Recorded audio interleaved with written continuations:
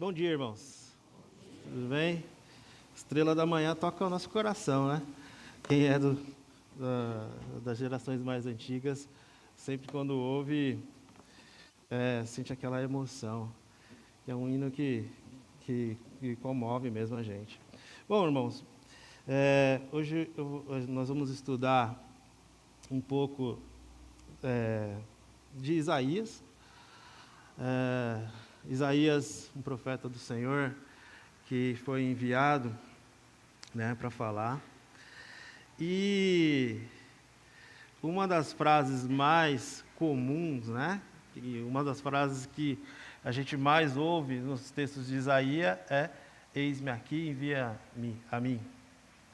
Mas a gente tem que lembrar também que antes de Isaías se prontificar e falar isso, eis-me aqui, envia-me a mim, ele falou outra frase que também é muito marcante na sua vida. Uma experiência muito intensa que ele teve com o Senhor Deus, que foi a frase, ai de mim. Né? E aí a gente vai ler esse texto no capítulo 5 de Isaías.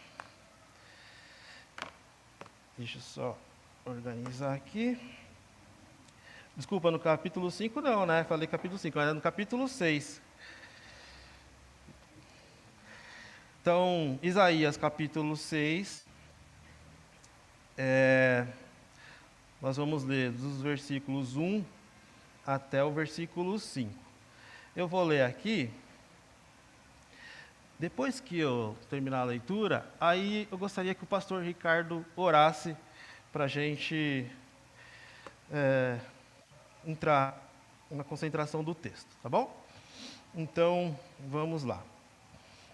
Isaías 6, a partir do versículo 1, diz assim: no ano em que morreu o rei Uzias, eu vi também ao Senhor assentado sobre um alto e sublime trono, e a causa do seu manto enchia o templo. Serafins estavam por cima dele, cada um tinha 6 asas, com 2 cobriam seus rostos, e com 2 cobriam seus pés, e com 2 voavam. E clamavam uns aos outros, dizendo: Santo, Santo, Santo é o Senhor dos exércitos, toda a terra está cheia da sua glória. E os umbrais das portas se moveram à voz do que clamava, e a casa se encheu de fumaça. Então disse eu: ai de mim, pois estou perdido, porque sou um homem de lábios impuros, e habito no meio de um povo de impuros lábios. Os meus olhos viram o Rei, o Senhor dos exércitos. Deus Santo, Pai querido, nós te louvamos por mais uma oportunidade que temos de estar em Tua casa, ó Deus, ouvindo da Tua palavra, cantando louvores a Ti, Pai. Pedimos agora por este momento que o Senhor possa abençoar o irmão Will, ó Deus, na pregação da Tua palavra, que o Senhor dê sabedoria a ele, o ajude também a lembrar, ó Deus, dos seus estudos, ó Deus. Clamamos que o Senhor possa falar conosco, edifica-nos nessa manhã, ó Deus, que possamos, ao meditar agora em Isaías, ó Deus, nesse chamado, nós possamos também pensar aquilo que o Senhor quer de nós. Clamamos isso em nome do Teu Filho Jesus. Amém. Amém. Bom, após a leitura aqui desses versículos, né, eu já vou entrar direto na ideia central do texto aqui, que é a santidade revelada de Deus, ela produz um quebrantamento no profeta, né? E demonstra que toda a missão verdadeira começa da visão correta de quem Deus é. Essa é a ideia. Então, o Senhor Deus, ele vai se revelar para o profeta. Após a revelação, ele vai ficar quebrantado, e a partir daí, depois disso, Deus o envia. Por isso que eu falei no começo, né, que antes de ele dizer, eis-me aqui, primeiro ele disse, ai de mim. Isso significa o quê?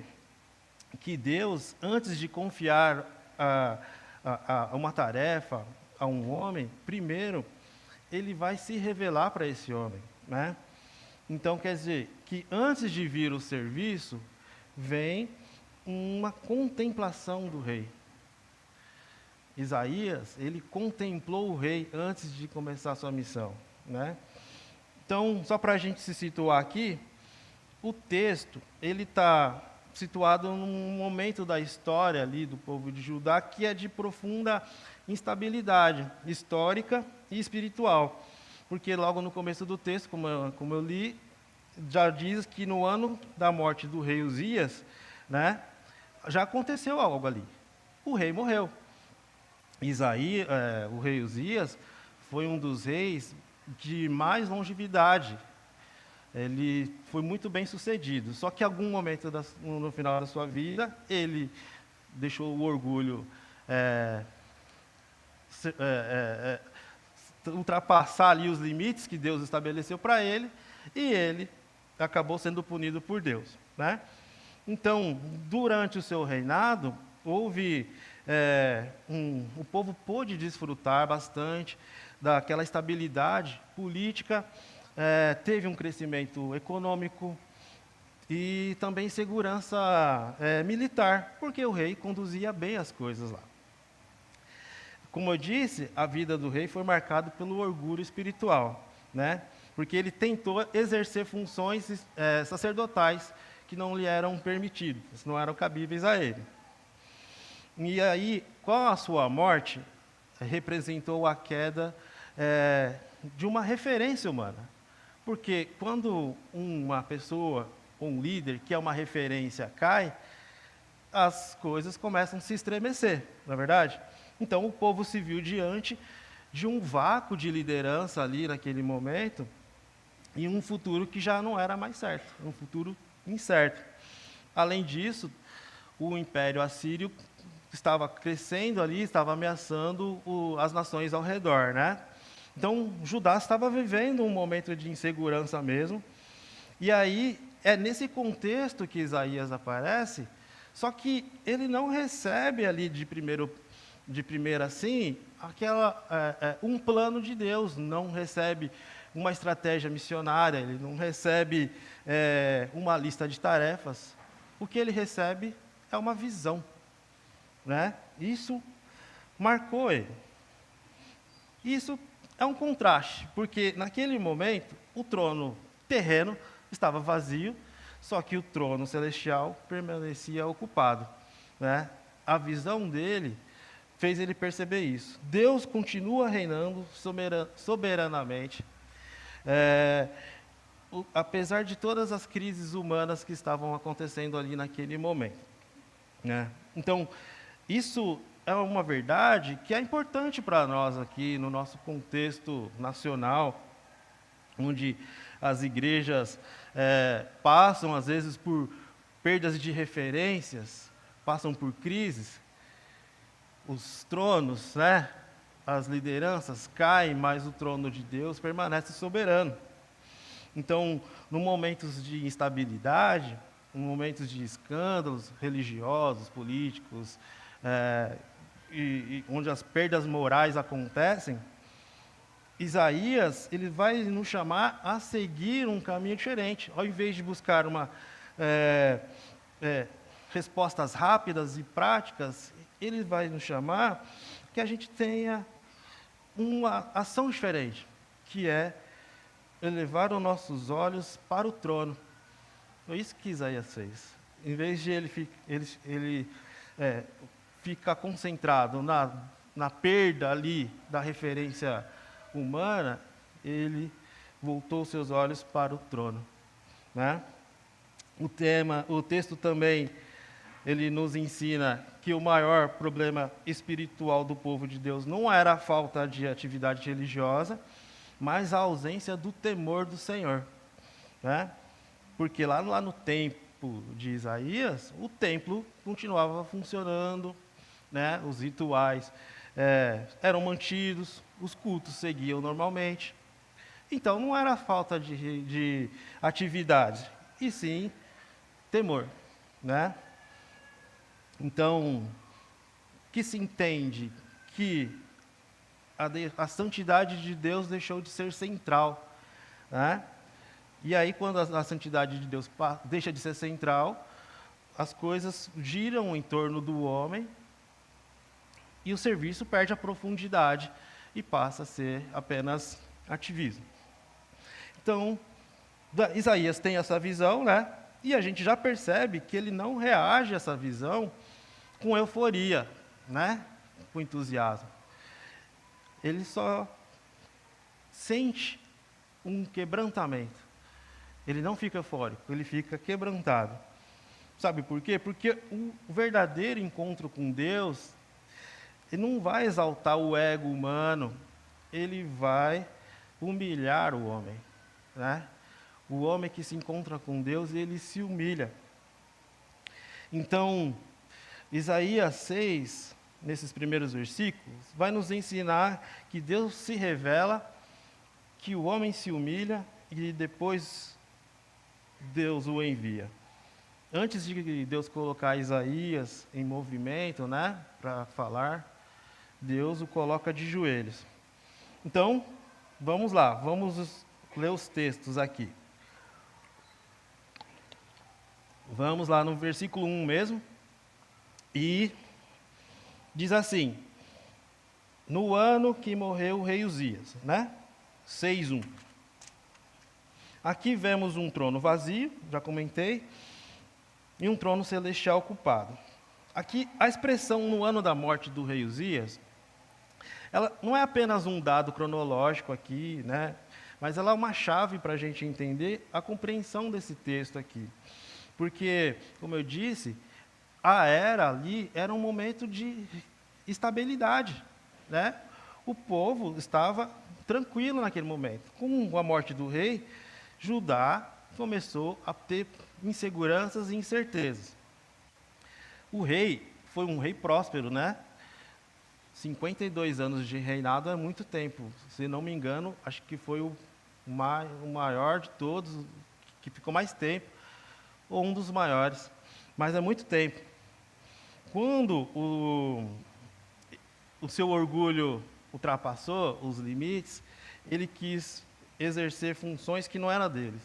Quis exercer funções dos sacerdotes, né? E aí ele foi punido por Deus severamente. E aí eu quero ler esse texto que a gente vai encontrar em 2 Crônicas, no capítulo 26.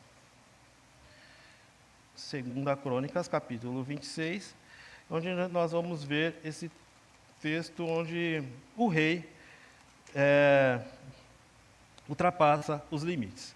Do versículos 16 até o 21.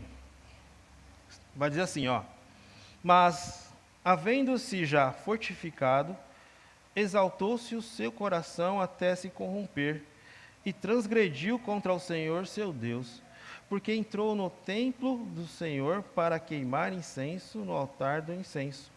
Porém, o sacerdote Azarias entrou após ele, e com ele 80 sacerdotes do Senhor, homens valentes. E resistiram ao rei Uzias e lhe disseram: ai de ti, Uzias, não compete queimar incenso perante o Senhor. Mas os sacerdotes, filhos de Arão, mas aos sacerdotes, filhos de Arão, que são consagrados para queimar incenso. Sai do santuário, porque transgrediste, e não será isto para a honra da tua parte do Senhor Deus. Então Uzias se indignou, e tinha um incensário na sua mão para queimar incenso.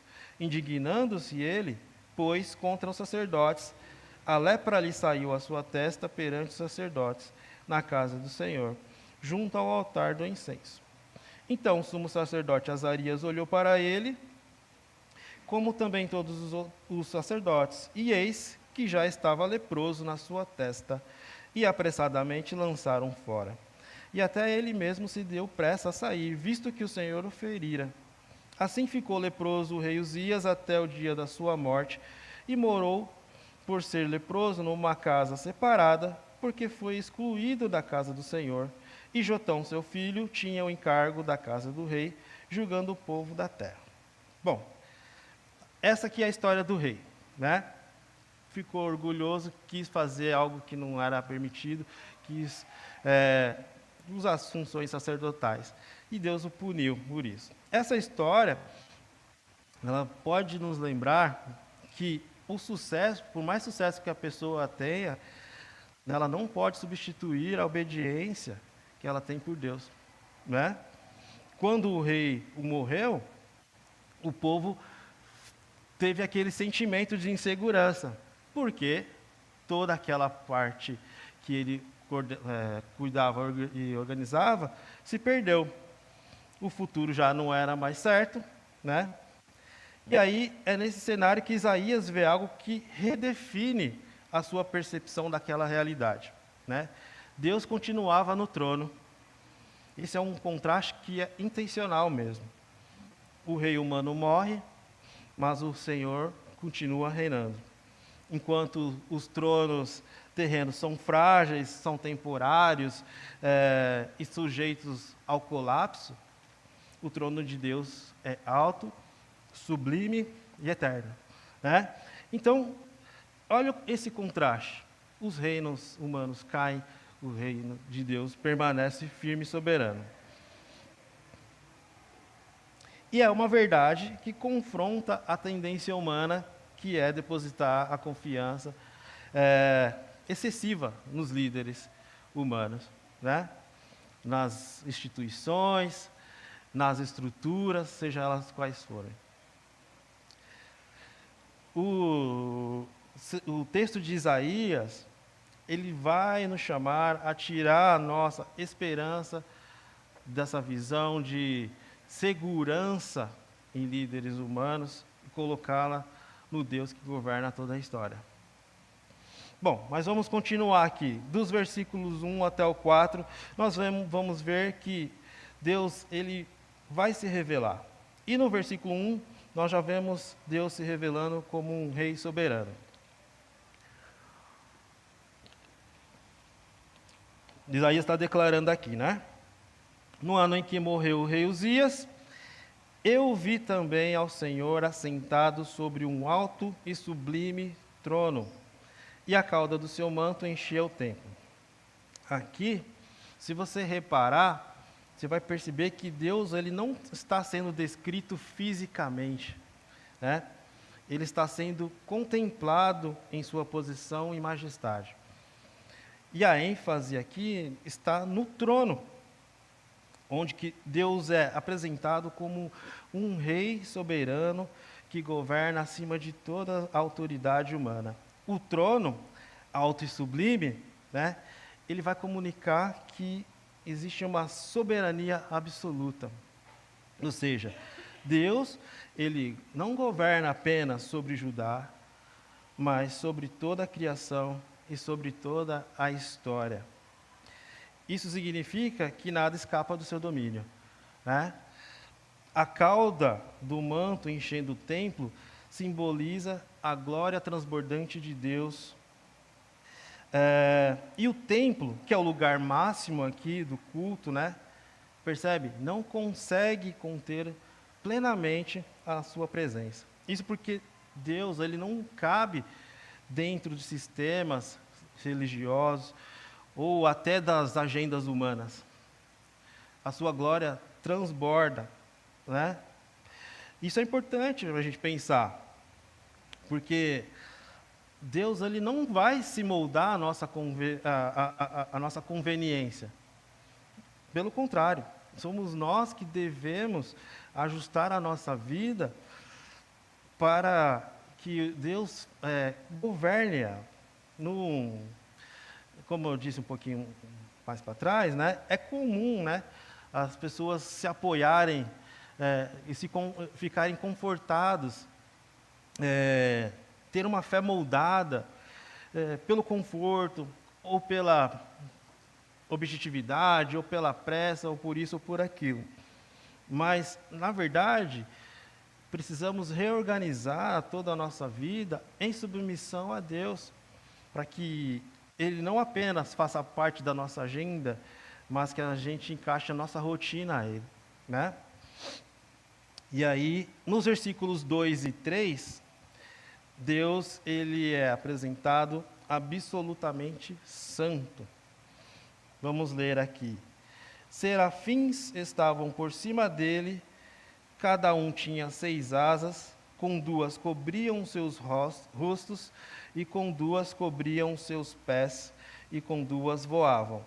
E clamavam uns aos outros, dizendo: Santo, Santo, Santo é o Senhor Deus dos exércitos, toda a terra está cheia da sua glória.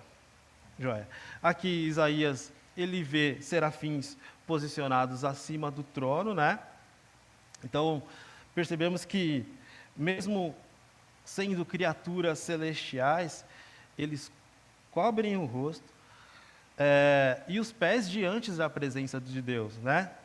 Isso revela para nós que a santidade de Deus é tão intensa que até os seres mais puros reconhecem sua indignidade diante de Deus. E aí, quando eles proclamam Santo, Santo, Santo, não é uma repetição vazia apenas, mas é uma declaração teológica que enfatiza a plenitude, a perfeição e a centralidade da santidade de Deus, né? Então, assim, a santidade de Deus significa que Ele é moralmente puro e absolutamente separado do pecado, né? E incomparável na sua glória. O Senhor Deus, Ele não apenas possui santidade, Ele é santo em sua essência. Então, a santidade de Deus não é um atributo dele, ela é a moldura para todos os outros atributos, né? A santidade de Deus define os demais atributos. Por exemplo, o amor de Deus é santo, a justiça de Deus é santa, a misericórdia de Deus é santa. Perceberam? Então, para nós aqui na prática, nós precisamos reconhecer a santidade de Deus e reconhecer que nós somos indignos diante dela e que nós necessitamos da purificação que temos em Cristo Jesus. Então, a visão de Isaías, ela vai nos mostrar que Deus é soberano em todas as coisas e que a sua glória enche toda a terra, né? Isso o texto está dizendo, mesmo nas tribulações, que é o povo estava vivendo ali, e nas incertezas. Então, a afirmação de que toda a terra está cheia da sua glória, significa que a presença e o poder de Deus se manifesta em toda a criação, desde as maravilhas da natureza até os eventos da história. Como eu disse, Isaías nos chama a voltar ao temor ao Senhor, né? No versículo 4, nós vamos ver como a criação reage à presença de Deus. Aí diz assim o texto: E os umbrais das portas se moveram à voz do que clamava, e a casa se encheu de fumaça. Aqui Isaías está descrevendo que os umbrais do templo se moveram e a casa se encheu de fumaça. Essa aqui é uma linguagem que remete às teofanias do Sinai, né? Quando Deus se manifestou em seu poder e glória e temor. Teofania, só para explicar um pouco aqui rápido, é quando Deus se manifesta de forma visível e clara às pessoas. Num momento específico da história, por iniciativa dele mesmo. Então, na Bíblia, a teofania é quando Deus ele se mostra, se revela de forma extraordinária para comunicar a sua vontade, o seu propósito e o seu caráter. E aí, um exemplo de teofania nós vamos encontrar num texto de Êxodo, capítulo 19, a partir do verso 16. E esse texto eu gostaria de ler. Êxodo 19, versos 16, aqui Deus se manifesta a Moisés. Então, o texto vai dizer assim: E aconteceu que ao terceiro dia, ao amanhecer, houve trovões e relâmpagos sobre o monte em uma espessa nuvem e um sonido de trombeta muito forte, de maneira que estremeceu todo o povo que estava no arraial. E Moisés levou o povo fora do arraial ao encontro de Deus e puseram-se ao pé do monte.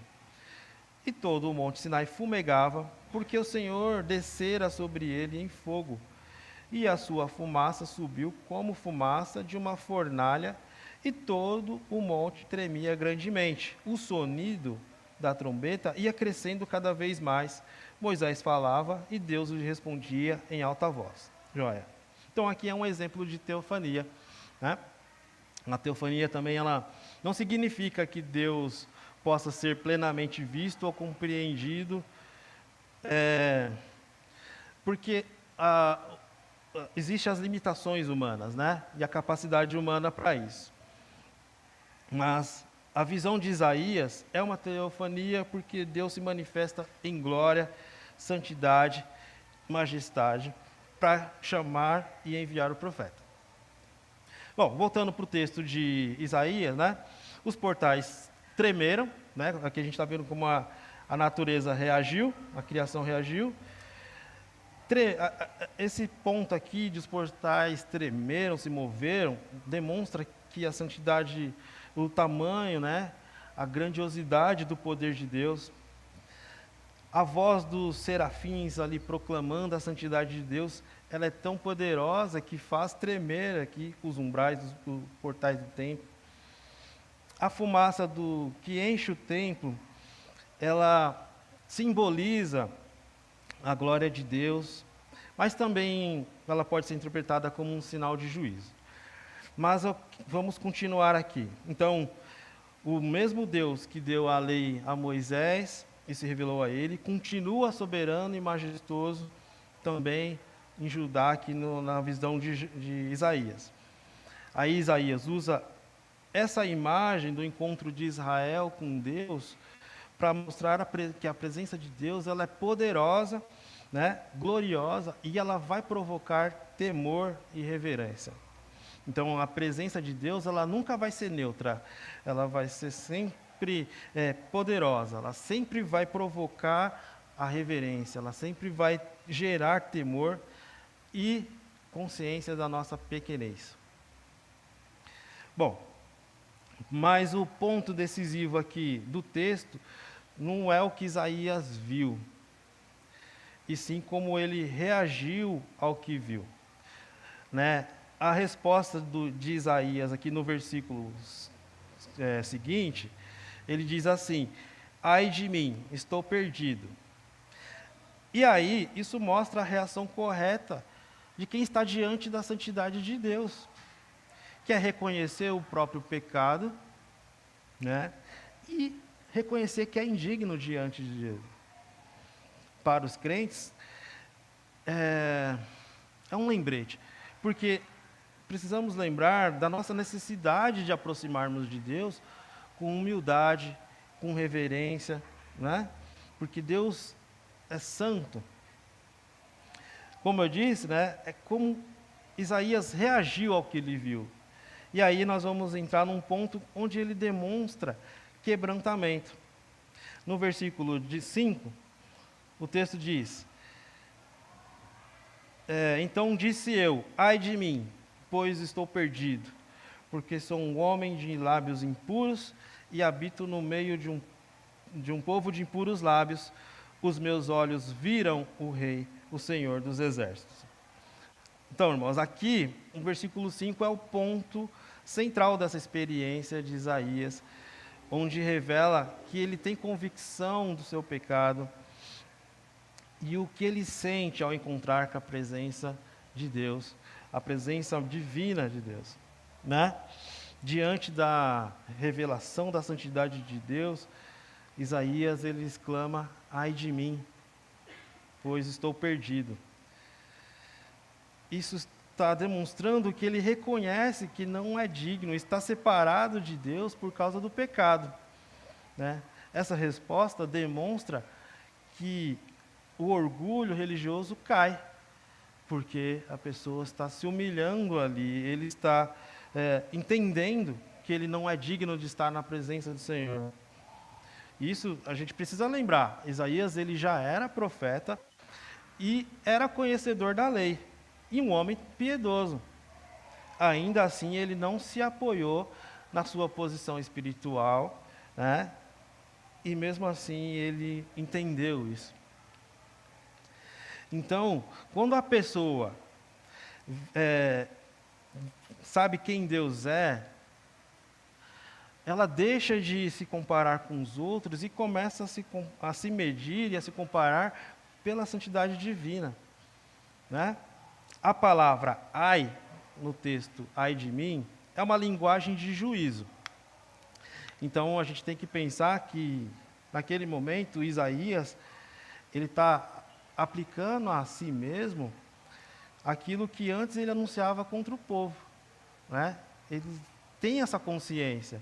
Isaías tem a consciência do seu próprio pecado e, como o texto diz, do pecado coletivo. Ele disse assim: sou um homem de lábios impuros. Então ele está reconhecendo que a sua impureza não é apenas externa, mas também interior. Porque na Escritura, os lábios, né, eles vão revelar o coração. Na linguagem bíblica, o coração é a fonte dos pensamentos, dos desejos e das intenções. E os lábios revelam os desejos e o coração, né? Quando a gente vai lá para o Novo Testamento, tem um texto onde Jesus fala com as pessoas lá, está em Mateus 12, 34. Eu não vou para lá porque eu quero aproveitar o tempo. Mas o texto diz assim: a boca fala do que está cheio o coração. Jesus está confirmando esse princípio, né? Então, quando nós dizemos que os lábios é igual a uma expressão do coração, significa que as nossas palavras, elas revelam a nossa condição espiritual, não é verdade? Então, às vezes a gente até brinca, né? A gente fala alguma coisa que não deveria falar, mas foi de brincadeira, mas a gente tem que pensar nisso, porque as nossas palavras, elas vão revelar como nós estamos por dentro. E aí ele afirma, né, que habita no meio de um povo de impuros lábios. Então ele reconhece que o seu pecado não é apenas individual, mas também coletivo e social. Numa ideia, num contexto nosso, brasileiro, que é marcado por muitos discursos religiosos, mas também por muitas incoerências éticas e morais, esse texto vai nos chamar à integridade, né? Para que, com coerência, nós professamos a nossa fé e tenhamos coerência com aquilo que vivemos. Porque se a boca fala, o que o coração sente, então a gente tem que viver aquilo que nós professamos, né? E o profeta reconhece a sua incapacidade para falar por Deus. E não é só ele. E aí, nesse texto, eu quero que os irmãos acompanhem num texto de Lucas, capítulo 5.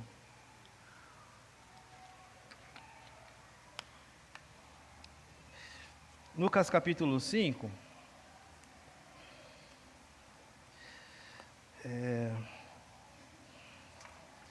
No versículo 8,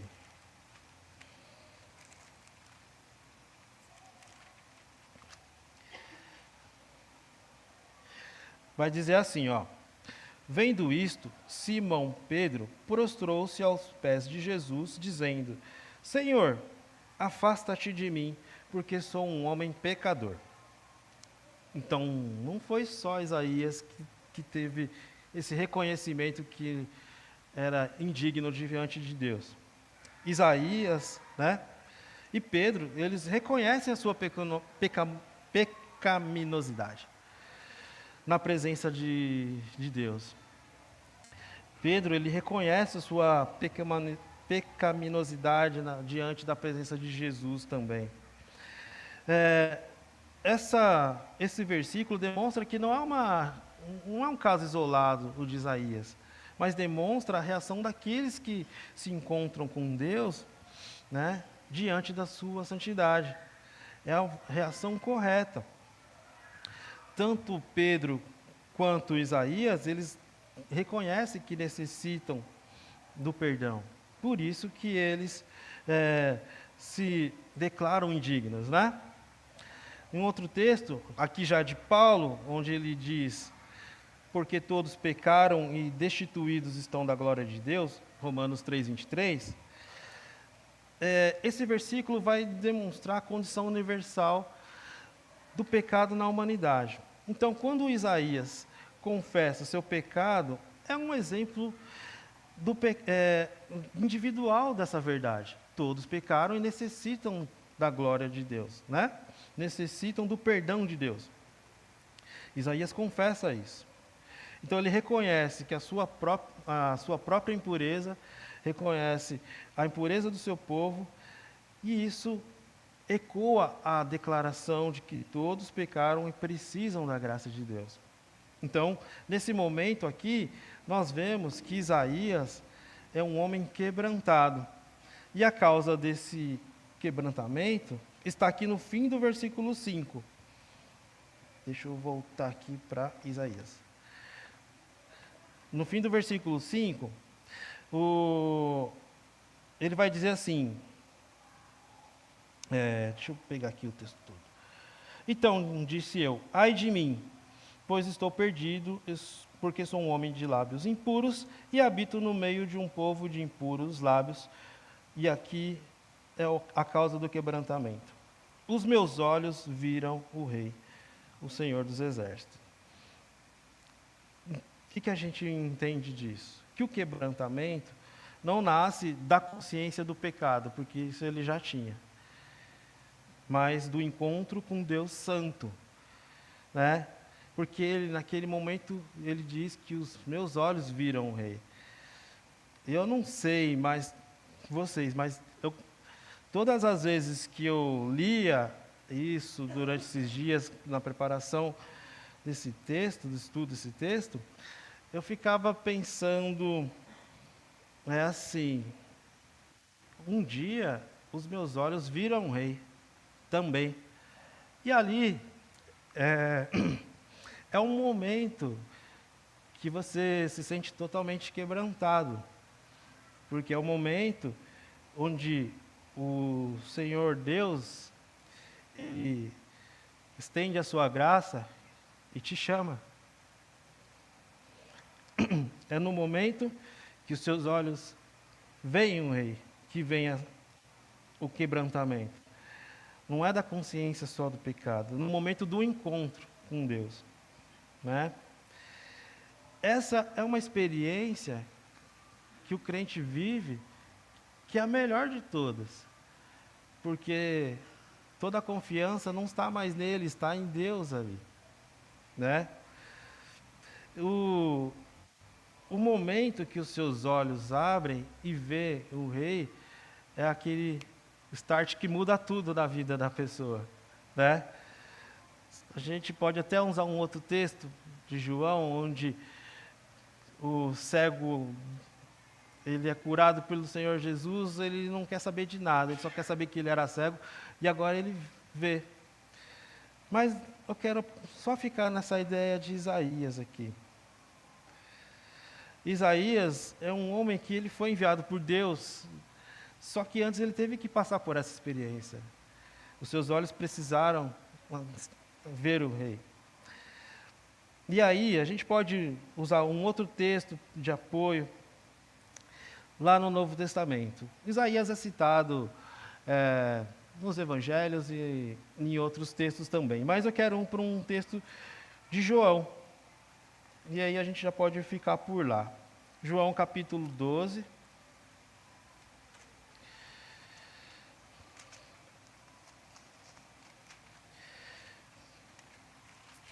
A partir do verso 37,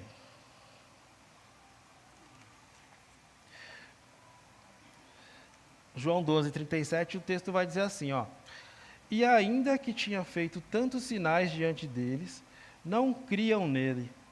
para que se cumprisse a palavra do profeta Isaías, que diz: Senhor, quem creu na nossa pregação e a quem foi revelado o braço do Senhor? Por isso não podiam crer. Então Isaías disse outra vez: cegou-lhe os olhos e endureceu-lhes o coração, a fim de que não vejam como os olhos, e compreendam no coração, e se convertam, e eu os cure. O versículo 41 diz assim: Isaías disse isto quando viu a sua glória e falou dele. Então existe uma relação aqui entre os meus olhos viram o rei, de Isaías 6,5, com João 12,41. E essa relação ela é cristológica, né? É teológica, porque nós conhecemos a Deus corretamente quando olhamos para Cristo. Porque Cristo é o centro da fé cristã, né? Então, quando você olha para Cristo, você enxerga Deus. Em Isaías 6, o profeta ele vai afirmar que o seu quebrantamento ocorreu porque ele viu o rei, o Senhor dos Exércitos. Aí, séculos depois, João, o evangelista, ele vai dizer que Isaías disse isso porque viu a glória dele e falou a seu respeito. No contexto aqui de João 12, o dele se refere a Jesus, tá? Então, João está interpretando Isaías 6 como uma visão da glória do próprio Cristo. O rei exaltado no trono, santo e glorioso, é o próprio Filho eterno. Isso significa que Isaías não viu apenas uma manifestação de Deus lá, mas ele contemplou a glória do Messias, né? Antes dele se encarnar. Então, o quebrantamento de Isaías nasceu do encontro de Cristo em sua glória. Isaías viu a glória de Cristo. E para nós, quanto mais vemos Cristo, mais vemos a Deus e menos confiamos em nós mesmos. A partir daqui, irmãos, o texto vai dizer que Isaías foi enviado, né? E ele realmente foi, mas ele teve essa experiência de contemplar o rei. Antes da missão dele, houve um arrependimento e um quebrantamento. Antes de ele ir para a sua missão, ele não perguntou o que devo fazer, né? Acredito no seu íntimo, mas ele teve a visão de quem Deus é e quem é o Deus a quem ele vai servir. Para nós, né, um ano que se começa e às vezes a gente tem muitos planos. Às vezes a gente pode se perguntar o que vamos fazer, mas talvez essa não seja a pergunta. A pergunta certa talvez seja quem é o Deus a quem nós sirvamos e quem Ele é. Isso vai nos colocar debaixo, com temor e reverência, olhando para a sua santidade. Então, Isaías viu o trono, caiu o quebrantamento e foi enviado. Isso nos mostra que Deus ele quer usar homens quebrantados, homens que estão diante da santidade, da majestade de Deus. Então, que o Senhor Deus possa, né, nos conceder uma visão sempre renovada da sua santidade, que nós possamos produzir arrependimento sincero na nossa vida e fidelidade nas missões que vamos enfrentar. Que Deus abençoe os irmãos. Obrigado, pastor, pela oportunidade mais uma vez. Que a nossa igreja seja uma igreja firme em missões também esse ano. Vamos orar. Pai querido, Pai amado, nós te agradecemos porque o Senhor se revela a nós de formas tão lindas, tão especiais, e nós queremos estar debaixo, com temor, com reverência, olhando para o trono alto e sublime, e que o Senhor seja glorificado nas nossas ações. Abençoe a nossa igreja, que possamos ser fiéis naquilo que o Senhor propôs para nós em fazer. Em nome de Cristo que oramos e agradecemos. Amém.